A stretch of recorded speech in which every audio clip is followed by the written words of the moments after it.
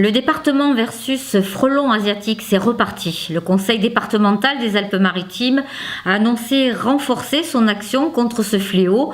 Lancement du dispositif 2018 le 16 avril. Pour les particuliers concernés par la découverte d'un nid de frelon, la démarche est simple et gratuite. Il suffit juste de contacter les services de la ville, le service des parcs et jardins en particulier, où je me déplace avec un de mes collègues. On vient pour identifier les nids qui nous sont signalés. Tout simplement pour dégrossir le travail, pour s'assurer qu'on a bien affaire du frelon asiatique. Pas le mélanger avec du frelon européen ou guêpe ou autre hyménoptère. À partir du moment où on a identifié le nid de frelon, on contacte le conseil départemental qui lance la procédure pour la destruction du nid. Un habitant de la vallée de Gorbio n'a pas hésité à faire appel aux services municipaux après avoir constaté la présence d'un nid dans son jardin. Témoignage. Et je m'en suis aperçu parce que nous, à la maison, le soir, on laisse les fenêtres ouvertes l'été et il y avait énormément de frelons qui rentraient dans l'appartement. Il y a quelque chose qui... Alors comme j'ai un olivier en bas de chez moi, j'ai regardé dans l'olivier, mais ça venait pas de là. Et j'ai regardé un peu de partout. Et puis je me suis aperçu qu'il y avait un nid qui était en train de se fabriquer là, dans un olivier juste au-dessus de chez moi. Alors j'ai appelé les services pour savoir, parce que je ne savais pas ce que c'était. Et les services m'ont dit, bon ben écoutez, on essaiera de venir pour voir ce dont il s'agit. Et là, quand ils sont venus, ils ont compris que c'était un nid de frelon asiatique. Ce qu'il faut regarder, un frelon asiatique, c'est plus petit qu'un frelon européen. D'accord. Il est assez sombre, le bas de l'abdomen est jaune. Et on le reconnaît aussi avec les pattes jaunes. Ah ouais, voilà, donc c'est un frelon assez sombre avec des pattes jaunes, c'est de l'asiatique. Le frelon européen, lui, est beaucoup plus gros. Et on voit qu'il a les pattes plutôt rouges et l'abdomen est beaucoup plus jaune que chez l'asiatique.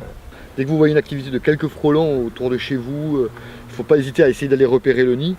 Il est moins dangereux qu'un nid comme ça, mais quand même.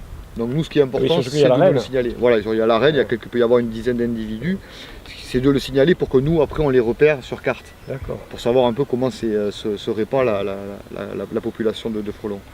Il faut savoir que le frelon asiatique, dans la période printanière, lorsqu'il sort de son époque d'hivernation, va produire des petits nids qui sont de la taille d'une balle de tennis, qu'on appelle des nids primaires, et qui peuvent être localisés partout, y compris sous les avantoirs, sous les porches des maisons, à tous les endroits possibles inimaginables. Et ensuite, soit ce nid reste sur place et se développe et devient un nid secondaire beaucoup plus important, ou se délocalise partout, dans les arbres, on en trouve souvent dans les arbres, mais pas seulement, y compris dans le sol, dans les buissons.